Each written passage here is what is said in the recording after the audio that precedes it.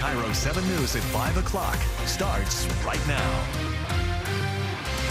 Tonight, the feds put their foot down on pot, threatening a billion-dollar industry in Washington. It is almost impossible to put the genie back in the bottle. Local officials plan to fight it. And it's based on ideology and politics rather than the facts on the ground. But across the mountains, they could be killing the high. We asked if the new directive could lead to a state divided over pot. Western Washington's U.S. Attorney indicates she won't change her current policy, but Eastern Washington's U.S. Attorney was recently appointed by U.S. Attorney General Jeff Sessions himself.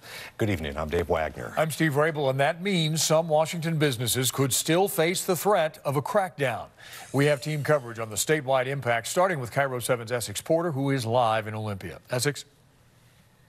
When U.S. Attorney Jeff Sessions got rid of the tacit protections for legalized marijuana, he left it up to individual U.S. attorneys to decide what to do in their own jurisdictions. The U.S. Attorney for Western Washington sounds like she'll continue her current policy of focusing on criminals, not pot shops. But we haven't heard from the U.S. Attorney for Eastern Washington. Washington voters legalized marijuana, allowing for legal pot stores, despite the federal law declaring pot illegal. The Obama Justice Department issued a memo saying enforcement of that law would not be a priority as long as marijuana was kept away from children and did not cross state lines. Today, U.S. Attorney General Jeff Sessions rescinded that memo, opening the door to a federal crackdown on marijuana in Washington. So it's like many things coming out of this administration. They have decided to make decisions based on fear and ideology rather than science and the facts. But the Trump administration's action doesn't necessarily mean federal agents will raid legal marijuana stores in Washington. Sessions left that up to each local U.S. attorney. The Obama-appointed Western Washington U.S. attorney issued this statement.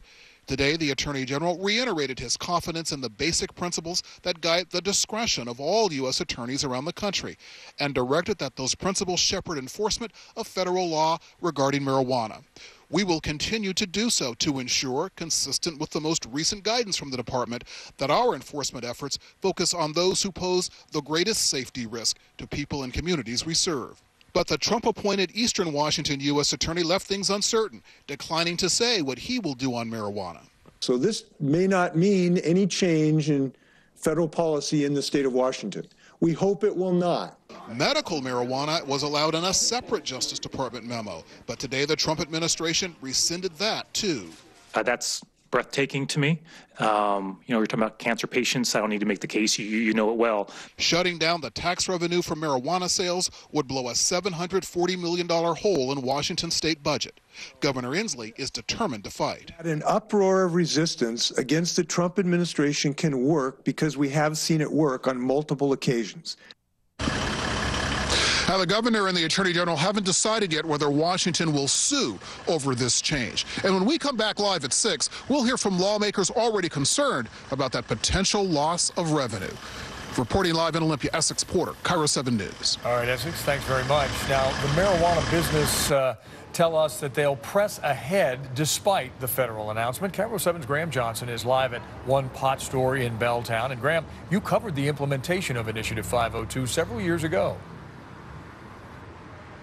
And Steve, during that coverage, I heard a lot about the Cole memo, which protected Washington's emerging marijuana industry. Well, of course, today that memo is gone, but the owner of this business tells me nothing really has changed. What's your favorite?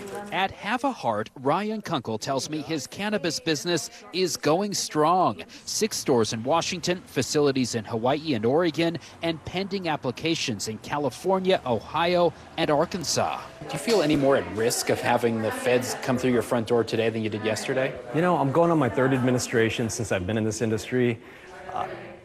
It still feels the same around us. Kunkel says today's announcement by Attorney General Jeff Sessions probably won't much affect his business, especially with U.S. Attorney Annette Hayes saying she will keep focused on organized crime and activities that present a safety risk. We've always broken federal law, and we're aware of that.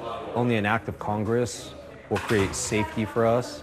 Attorney Daniel Short represents marijuana businesses. He tells me rescinding the Cole memo takes away clarity from the feds. This is not Armageddon. It's not as if everything is over, but at the same time, I mean, this is a significant change. Kevin Sabet is a critic of legal weed. He thinks investors will now be less likely to join a lucrative industry. I do sense a chilling effect for investors. I think that this is going to start an era where there's no safe harbor for pot investors.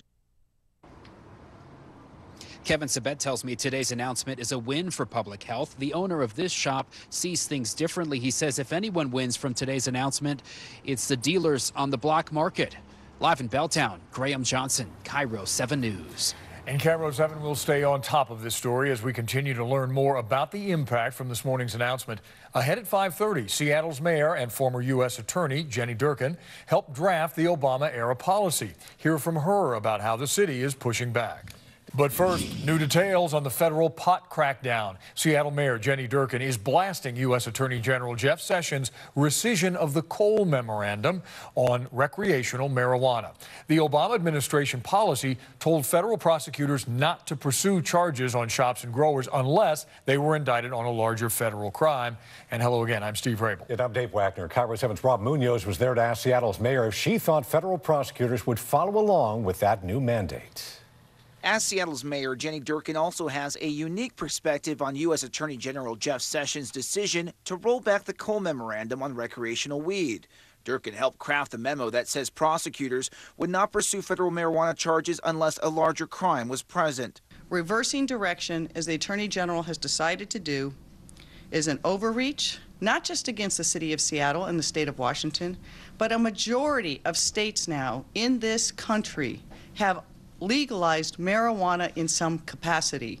It is telling those voters and those states that they know better.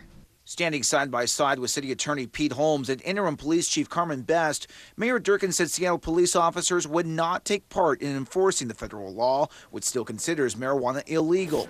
As an insider in the U.S. Attorney's office, she also told us federal prosecutors have placed items like the opioid crisis on a higher priority. Also, you said federal prosecutors lack the resources and the will, the resources you touched upon, the will to enforce those laws.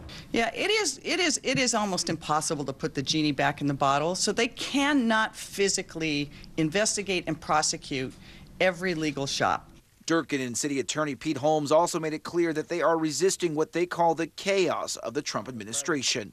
Mayor Jenny Durkan also said if there's any legal recourse for the city of Seattle to take against the rescission of this policy, she says the city would take it. At Seattle City Hall, I'm Rob Munoz, Cairo 7 News.